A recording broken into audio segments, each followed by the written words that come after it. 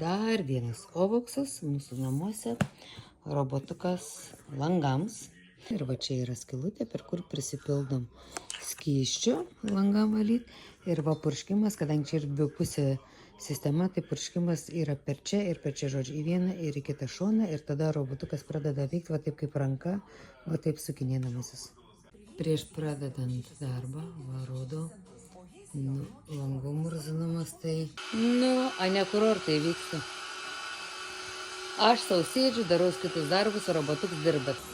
Va, dabar jau dirba robotukas iš išorės. Nes, kaip čia reikia perteikti, jau dabar visas viršus švarus. Ir dar tas atsiradęs ovoksio robotukas langam, tai čia iš vis, totalus išsigelbėjimas. O kaip fainiai matos darbas. Rimtai atrodo, kad taip paimtume taip su ranka, va taip pats ir sukinėtum. Visiškai imituoja rankų judesius.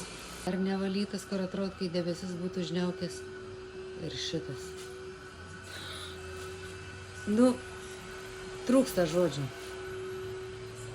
Trūksta žodžių. Turbūt akivaizdžiau ir nebegali būti.